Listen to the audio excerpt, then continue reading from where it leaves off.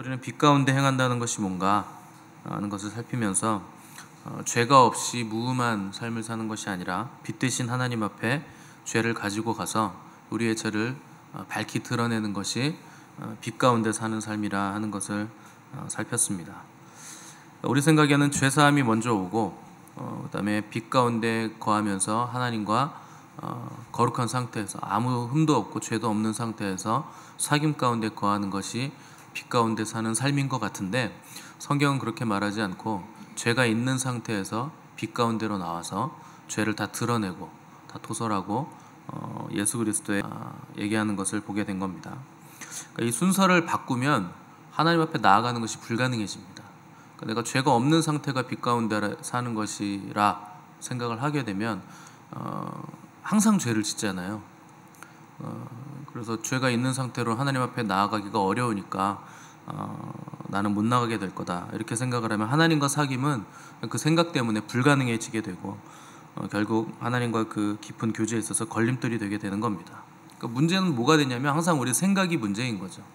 성경이 요구하는 것이 뭔가, 성경이 말하는 것이 뭔가, 빛 가운데 산다는 것이 뭔가 하는 것을 성경을 통해서 비춰봐야 되는데, 우리 생각에 나는 죄가 있으니까 하나님과 사귐에 분명히 걸림돌이 될 것이고 문제가 있어서 나는 빛 가운데 못 나가는 사람이다, 이렇게 우리의 생각이 자꾸만 맞기 때문에 이게 걸림돌이 된다는 겁니다. 근데 성경은 죄가 있어도 하나님께 나와서 죄를 드러내면 그의 아들 예수의 피가 우리를 죄에서 깨끗하게 해주실 것이다, 이렇게 선포를 하고 있는 겁니다. 그러니까 죄가 없을 때 그분이 죽을 이유가 없지 않습니까? 항상 죄가 있는 상태에서 빛 가운데 나아가야 된다 하는 것을 기억을 하셔야 됩니다. 그러니까 스스로의 생각으로 나는 못 나가 하고 회개의 문을 닫아버리면 그 죄를 사함받을 길이 닫혀지게 되는 겁니다. 그게 바로 마귀가 하는 일이고 죄가 우리에게 하는 일입니다. 그래서 하나님과 우리의 사귐을 방해하는 문제는 죄인데, 어떤 죄가 문제냐? 죄는 자기중심성이거든요. 그래서 성경보다 내 생각이 더 앞서고 하나님의 말씀보다 내 생각이 항상 앞서고 또 뭐든지 내 중심적으로 생각하려고 하는 그 경향성, 이것이 바로 죄의 근원입니다. 그래서 이 자기중심성을 해결할 수 있는 유일한 방법은 예수 그리스도의 보혈 뿐이다 하는 것이 성경의 선언입니다. 사도 요한이 지금 죄의 문제를 지금 끄집어내고 있는 이유는, 이 편지를 쓸 당시의 상황을 우리가 항상 염두에 두고 읽어야 되는데, 지금 초대교회를 강타했던 가장 강력한 이단이었던 영지주의 이단이 지금 교회를 시끄럽게 하고 있기 때문에 사도 요한이 지금 죄 문제를 끄집어내고 있는 겁니다. 영지주의 때문에 죄 문제를 끄집어낸다 하는 것은 영지주의의 특성을 여러분들이 이제는 아실 텐데, 어떤 비밀한 지식이 우리를 구원하는 거다. 그러니까 예수 그리스도의 보혈이 우리를 구원하는 게 아니고 성경에 쓰여 있지도 않은 어떤 비밀한 그 신비한 지식을 알아야 구원받을 수 있다. 우리는 그런 비밀을 알고 있는 사람들이라 하는 것이 영지주의자들의 교리고, 또 한 가지 교리는 영은 선하고 육은 악하기 때문에 육으로 죄를 지어도 영은 구원받는다. 기억나시죠? 영지주의자들은 듀얼리즘을 믿었다는 거. 그래서 양쪽 빛과 어둠, 선과 악, 이 대립한 신이 만든 것은 육이다. 그래서 선한 영이 악한 육에 지금 갇혀 있는 상태인데, 이 영이 육을 벗어나는 순간 구원을 얻게 된다. 그러니까 육으로는 아무리 죄를 지어도 영하고는 상관이 없는 거다. 영은 결국 구원받을 것이고 육은 죄를 지어도 구원과는 아무런 상관이 없다 하면서 굉장히 방만한 타락한 삶의 모습을 보이고 있기 때문에, 지금 요한이 그 영지주의 이단에 대해서 죄 문제를 끌고 와서 너희들이 지금 생각하고 죄 짓는 거 굉장히 잘못된 거라는 걸 지금 이 서신을 통해서 드러내주고 있는 겁니다. 그러니까 육으로 짓는 죄는 구원과 상관이 없다라는 주장에 대해서 강력하게 비판하면서, 하나님은 빛이시기 때문에 그에게는 어둠이 조금도 없으시기 때문에 너희들이 육으로 행하는 그 어둠의 일 가지고는 하나님의 빛 가운데 설 수 없다. 그래서 반드시 죄 문제를 해결해야 한다는 것과, 또 그 해결하지 않은 죄가 하나님과의 사귐을 방해하는 것이기 때문에 어떻게든 죄 문제를 해결받아야 된다 하는 것을 말하기 위해서 지금 죄 문제를 끄집어내고 있는 겁니다. 자, 여러분, 요한에 의하면 하나님과의 사귐을 방해하는, 하나님과의 코이노니아를 방해하는 이 죄 문제를 우리가 과연 어떻게 해결하고 어떻게 끊어낼 것인가? 첫 번째는 자기 성찰이 먼저 있어야 됩니다. 8절 보시면 만일 우리가 죄가 없다고 말하면 스스로 속이고 또 진리가 우리 속에 있지 아니할 것이요. 이렇게 기록을 했습니다. 그러니까 죄 문제를 해결하는 첫 단계는 나에게 죄가 있다는 것을 인정하는 것. 자기 성찰이 먼저 와야 된다는 겁니다. 당시 영지주의자들은 육으로 짓는 죄는 구원과 상관이 없다 이렇게 주장을 했는데 요한은 말도 안 되는 주장이다. 죄는 심각한 것이고 이게 인류의 불치병인데 이 문제 때문에 우리 주님이 와서 죽으셨는데 죄가 없다고 말한다면 진리가 그들 안에 없기 때문에 지금 그런 소리를 하는 거다. 이렇게 진단을 한 겁니다. 그래서 요한은 자기가 죄인임을 인정하고 나에게 죄가 있다는 것을 인정하는 것이 죄 문제를 해결하는 첫걸음이다. 죄가 없다고 자꾸 그렇게 주장한다면 그 문제를 너희가 어떻게 해결하려고 그러느냐 이렇게 주장하고 있는 셈입니다. 죄의 속성은 원래부터 숨는 거고 감추는 것이고 드러내기를 싫어하는 겁니다. 자기가 그것을 교정해야 되는데 빨리 그것을 회개하고 씻음을 받아야 되는데 죄가 아니라고 우기고 싶은 경향성이 사람들에게는 다 있다는 겁니다. 그래서 죄가 어둠인 거죠. 감추고 드러내고 싶지 않고 아니라고 말하고 싶고 어둠에 있는데 나는 빛 가운데 있다고 자꾸 우기는 거죠. 근데 죄는 죄가 아니라고 우긴다고 해서 죄가 아닌 것도 아니고 없다고 우긴다고 해서 없는 것도 아니고 감춘다고 해서 사라지는 것도 아닙니다. 생각해 보시면 사람들이 관계에서 모든 그 문제입니다. 그게 무슨 관계가 됐든 부부 관계가 됐든 뭐 상하 관계가 됐든 뭐 수평 관계가 됐든 부모 관계가 됐든 친구나 이웃 간의 관계 어려움이 있든 모든 관계에 있는 어려움들은 죄로부터 그 문제들이 기인하는 겁니다. 모든 기쁨은 사귐에서부터 오는 것인데 이 사귐의 기쁨을 깨뜨리는 것의 근원은 100% 죄 문제입니다. 우리가 인지하든 인지하지 못하든 그것을 죄라고 인정하든 인정하지 않든지 간에 전부 다 죄 문제입니다. 그래서 내 안에 있는 죄의 문제를 먼저 깊이 성찰하지 않으면 관계의 문제가 절대 해결될 수가 없는 겁니다. 그럼 그걸 어떻게 성찰하고 어떻게 죄라는 것을 진단할 수 있는가? 하나님의 말씀 앞에서 우리의 자아 성찰이 이루어지고 이것이 죄라는 것을 진단을 받아야 됩니다. 자기 성찰, 자아 성찰이라고 하면 말씀으로 나를 비춰봐야 되는 것인데 무슨 세상 사람들처럼 나에게 무슨 문제가 있나? 저놈에게 문제가 있는 건 아닌가? 뭐 나만 잘못인가? 자기 생각을 계속 생각을 골똘히 하시는 분들이 있는데 그렇게 해가지고는 백날 천날 천년 만년 성찰을 해도 자아 성찰 안 됩니다. 그건 자기 생각이죠. 그리스도인의 자기 성찰은 말씀으로 하는 겁니다. 그래서 말씀 앞에서 나를 비추어 보고 말씀으로 나를 진단해야 진정한 자기 성찰이 이루어지는 것이지 뭘 깊이 생각하고 골똘히 생각한다고 해서 자기 성찰 절대 이루어지지 않습니다. 이 시대는 뭐 특별히 자기 성찰의 능력이 굉장히 결핍된 시대죠. 자기 성찰이라는 건 말 그대로 자기를 돌아본 저놈이 잘못해서 그래요. 뭐 나한테 문제가 없어요. 대표적인 게 정치인들이죠. 서로 간에 무조건 상대편 잘못이래요. 그럼 도대체 누가 뭐 아무도 잘못한 게 없다는 거죠. 근데 이 코이노니아의 문제는 영적인 문제거든요. 그 영적인 문제라는 건 반드시 영적으로 접근해서 풀어야 되는 문제라는 뜻입니다. 영적이라고 하는 이유는 내 안에 죄 문제가 있기 때문에 반드시 말씀으로 나를 비춰보고 직시해야 되는 문제라는 뜻입니다. 근데 갈수록 사람들은 자기 잘못은 없고 다른 사람이 잘못했다, 남 탓을 합니다. 성경은 뭐라고 말씀하시는가? 8절 보시면 만일 우리가 죄가 없다고 말하면 스스로 속이고 또 진리가 우리 속에 있지 않다. 나에게 잘못이 없다, 나는 죄가 없다 이렇게 말하는 사람은 스스로 속이는 것이고 그리고 진리가 그 말씀이 진리 되신 예수 그리스도가 그 안에 없기 때문에 지금 그런 말을 하고 있는 거다. 성경은 그렇게 진단을 해주고 있는 겁니다. 남 탓하지 말란 얘기입니다. 전부 다 자기 잘못이라는 얘기예요. 그래서 문제가 생기는 이유는 나에게 죄가 있기 때문이지 뭐 다른 사람 잘못이고 뭐 환경이 잘못됐고 어쩌고 저쩌고 전부 다 거짓말이라는 얘기입니다. 에덴 동산에서도 죄를 짓는데 뭐 환경이 나에게 무슨 죄 짓는데 무슨 문제를 줍니까? 상대와 나의 관계에 문제가 생겼다 하는 것은 사실은 양쪽 다의 문제죠.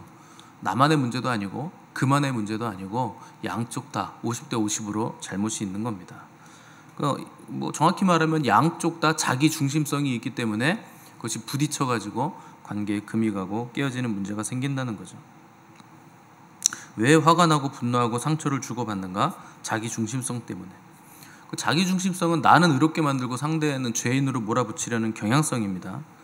그래서 우리가 해야 되는 건 말씀으로 나를 비춰보고 나를 부인하는 자리까지 나아갈 수 있어야 됩니다. 그래서 말씀과 기도로 거룩해진다는 건 되면 자아 성찰이 이루어졌으면 기도의 자리로 나아가서 그것을 해결하는 자리가 분명히 있어야 된다는 겁니다.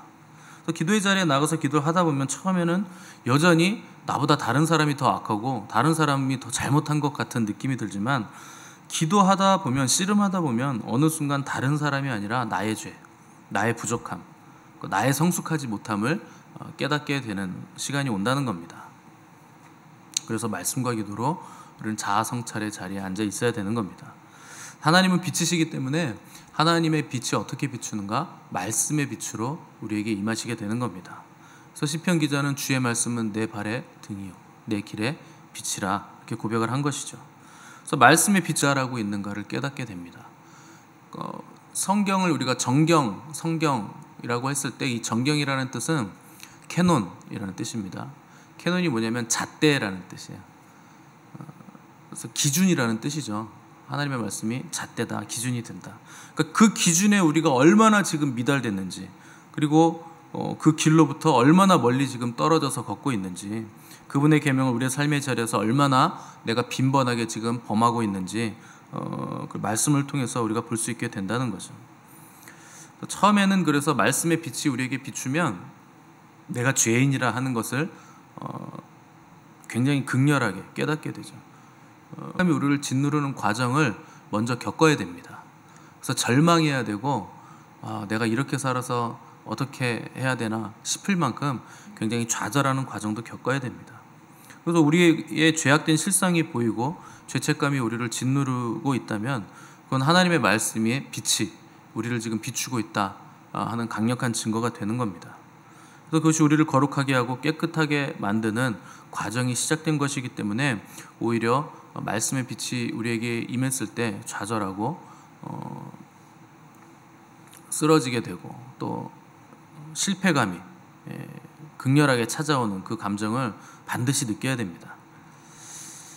그래서 반드시 하나님의 말씀을 통해 내 안의 죄를 비춰보는 자기 성찰이 먼저 있어야 된다 하는 것을 기억하시기 바랍니다. 자, 두 번째는 자기 성찰이 이루어졌으면 그 다음으로부터는 자기 부인이 일어나야 됩니다. 자기 부인을 하는 구체적인 방법을 오늘 사도 요한은 나의 죄를 자백하는 것으로 지금 우리에게 말씀하고 있습니다. 9절 보시면 만일 우리가 우리 죄를 자백하면 이라고 기록했습니다. 죄를 자백한다 하는 것은 나는 의롭고 잘못이 없다는 자기 중심성을 전부 자백입니다. 자기 성찰이 무엇이 잘못됐는가를 규명하는 작업이라면 이 죄의 자백인 자기 부인은 누구에게 책임이 있는가를 밝히는 작업이죠. 그러니까 한마디로 내가 죄인임을 인정하고 하나님과 사람에게 나의 죄, 나의 잘못을 자백하는 과정이 그 다음으로 와야 된다는 겁니다. 이제 죄를 자백하는 과정에 있어서 우리가 주의해야 될 것은 모든 죄를 자백해야 되는 건 아닙니다. 하나님에게는 모든 죄를 자백하는 게 맞는데 사람에게까지 모든 죄를 자백해야 되는 건 아니에요. 단 나의 죄로 인해서 피해를 받은 사람이 있을 때는 그 사람에게는 죄를 용서를 구하고 자백을 해야 됩니다. 내 죄 때문에 피해받은 사람에게는 반드시 해야 됩니다.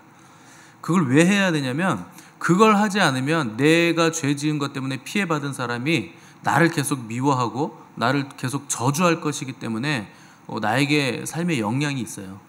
그래서 반드시 나에게 피해를 받은 사람에게는 자백을 해야 됩니다. 그 사람에게 하는 자백과 사과의 범위는 나로 인해 피해받은 사람, 그 사람에게까지만 범위가 되는 겁니다. 그래서 예전에 제가 신대원 다닐 때 나이 드신 이제 분들이 계시고 또 이제 중간에 있는 저 같은 부류가 있고 그 다음에 아예 대학을 졸업하고 바로 신대원 들어온 젊은 친구들 이렇게 세 부류가 있는데 어떤 학기에 시험을 봤는데 나이 드신 분들이 성적이 좋았던 때가 있었습니다. 한 과목에 대해서. 그래서 그 교수님이 시험을 보고 나서 왜 젊은이들은 공부를 안 하고 나이 드신 분들은 공부를 이렇게 열심히 하냐. 머리 좋을 때 왜 공부를 안 하냐 이렇게 막 핀잔을 주신 적이 있는데, 나중에 나이 드신 분이 다 모아놓고 나오셔서 사실 내가 컨닝했다 이렇게 고백하신 적이 있어요. 그리고 학생들에게 모두 용서를 구하고 또 교수님에게도 찾아가서 자백을 하고 사과를 하신 적이 있었습니다. 근데 그 모습을 보고 우리가 야, 어떻게 컨닝을 할 수가 있냐 이렇게 분노한 게 아니고, 어떻게 저렇게 저걸 고백할 수가 있을까, 굉장히 어려운 일인데, 그래서 오히려 감동을 했던 기억이 있었습니다. 그러니까 죄를 자백하고 드러내는 것에는요 힘이 있습니다. 그 자백에 힘이 있어요. 그 자백하면 우리가 사회적으로 매장당하고 뭐 사람들로부터 미움을 받는 게 아니고 오히려 존경을 받게 되는, 우리의 생각과는 다르게 그 죄를 고백하고 자백하면 어떤 힘을 발휘하게 되고 그 힘이 어떤 역사를 이뤄내게 된다는 겁니다. 그래서 아담이 죄를 지었을 때 하나님이 찾아오셔서 아담한테 물어보세요. 아담아, 아담아, 네가 어디 있느냐 이렇게 물으시죠. 하나님이 아담이 어디 숨어 있는지 모르시겠습니까? 그러니까 모르는 척 물어보시는 거죠. 여기 있는데, 그 나무 아래, 나무 수풀에 숨어 있는데 곁눈질로 보시면서 아담이 어디 있나, 아담아, 아담아 이렇게 찾으시는 거예요. 그러니까 왜 그러셨는가? 죄를 먼저 자백하기를 기다리시는 거죠. 그 선악과 따먹었으니까 그 죄가 들어와서 지금 숨었는데 빨리 뛰쳐나와서 하나님, 제가 하나님이 먹지 말라고 한 선악과 따먹었어요. 용서해 주세요. 잘못했습니다. 이렇게 자백하기를 원하시면서 아담아 너 어딨냐 이렇게 계속 물으시는데 아담은 자백을 안 하는 거죠. 그러니까 자백하는 게 그게 어려운 겁니다. 죄를 자백하고 고백하는 건 굉장히 어려운 거예요. 자기 죄 인정하는 것도 어려운 것이고, 인정이 됐다 하더라도 내가 그것을 고백하기는 굉장히 어려운 겁니다. 그게 자기중심성이고 죄가 우리에게 하는 일이에요. 자백하지 못하게 만들고 내 죄가 아니라고 버티게 만드는 거. 그게 죄가 하는 일이죠. 근데 아담은 끝끝내 회개를 하지 않고 핑계대기에만 급급했는데, 뭐라고 핑계를 대냐면 하나님이 저에게 만들어주신 저 여자가 따먹으라고 해서 제가 따먹었어요. 그러니까 하나님이 기가 차시겠죠. 그리고 여자한테 물어보죠. 넌 왜 그랬니? 여자는 하나님이 만드신 저 뱀이 나를 꼬드겼어요. 그래서 제가 어쩔 수 없이 따먹었어요. 여러분, 이게 죄예요. 자기중심성이잖아요. 내 잘못이 없다는, 창조하신 저 뱀, 그들의 잘못이라는 거죠. 근본적으로 누가 잘못한 거냐? 아담과 하와의 논리라면 여자를 창조하시고 뱀을 창조하신 하나님 때문에 우리가 이걸 따먹은 거 아닙니까? 하나님이 선악과 거기 두셨고, 하나님이 여자 만들어 주셨고, 하나님이 뱀을 창조하셨고, 이거 다 하나님 책임 아니에요. 그리고 왜 선악과는 왜 만드셔가지고 따먹게 만드십니까? 이런 논리를 피는 것이 죄가 하는 일이죠. 이게 자기 중심성입니다. 그래서 죄는 빨리 고백하는 것이 가장 좋은 방법이에요. 빨리 인정하고 빨리 고백하고 빨리 드러내야 됩니다. 특별히 어떤 것에 중독되어 있으신 분들은 그 중독을 해결하는 가장 좋은 방법은 그거 빨리 드러내는 거예요. 그래서 고백하고 드러내면 그 고백이 어떤 엄청난 힘을 발휘하면서 그 중독이라는 영적인 문제로부터 자유하게 되는 경험을 하게 되는 겁니다. 그래서 첫 번째는 자아 성찰, 두 번째는 자기 부인, 특별히 죄의 고백이 있어야 된다. 자, 그러면 세 번째, 그렇게 되면 어떤 결과가 우리에게 나타나는가?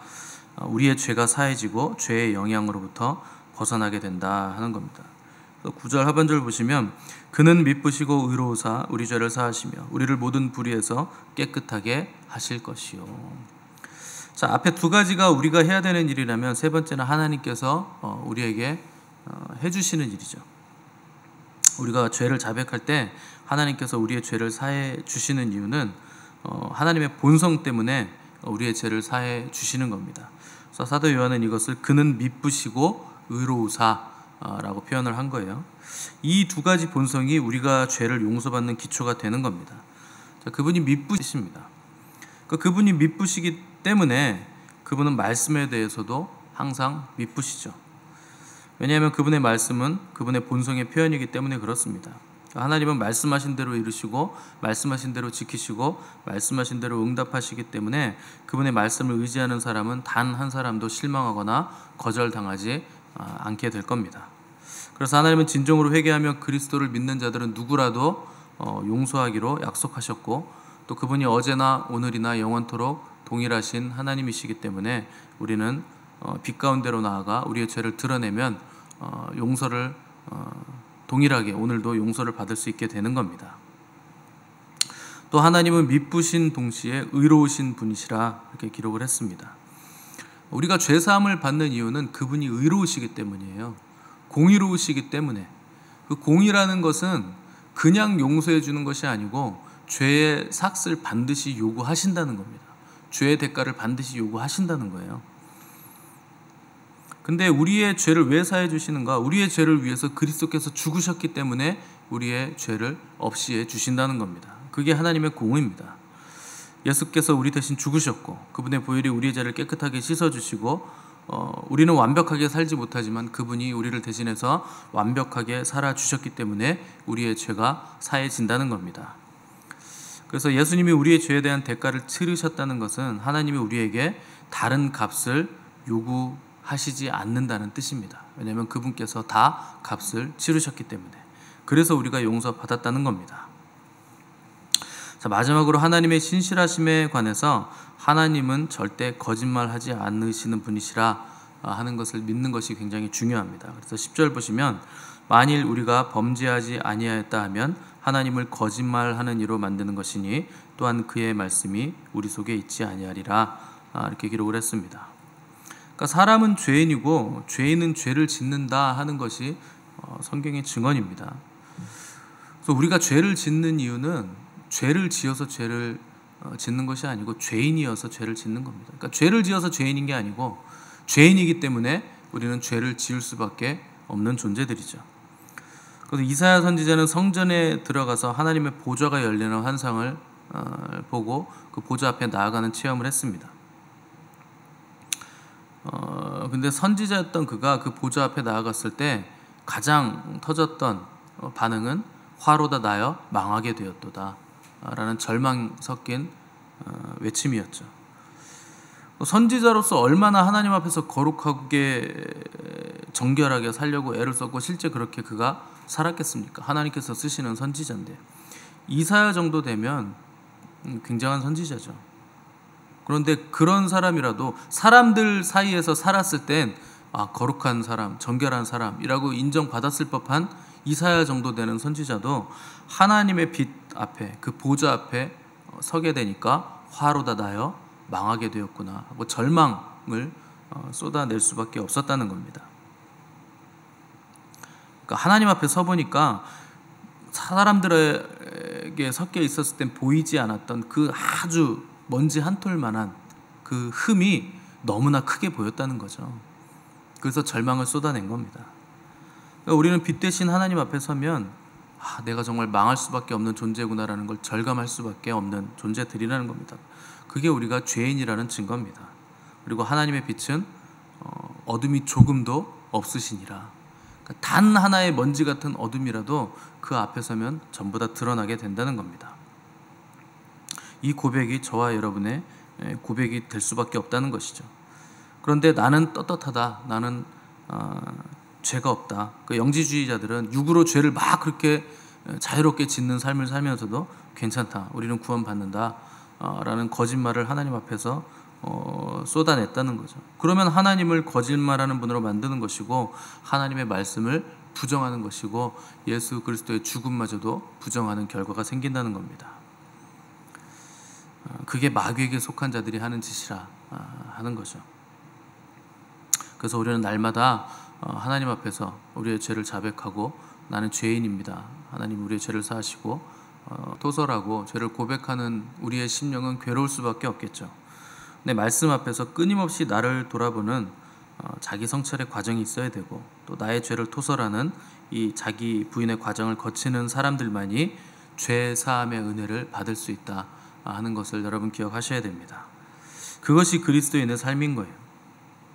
근데 마귀는 네가 죄를 또 지어놓고도 하나님의 자녀냐, 그러고도 하나님이 너를 용서해 주길 바라느냐 이렇게 속삭일 겁니다.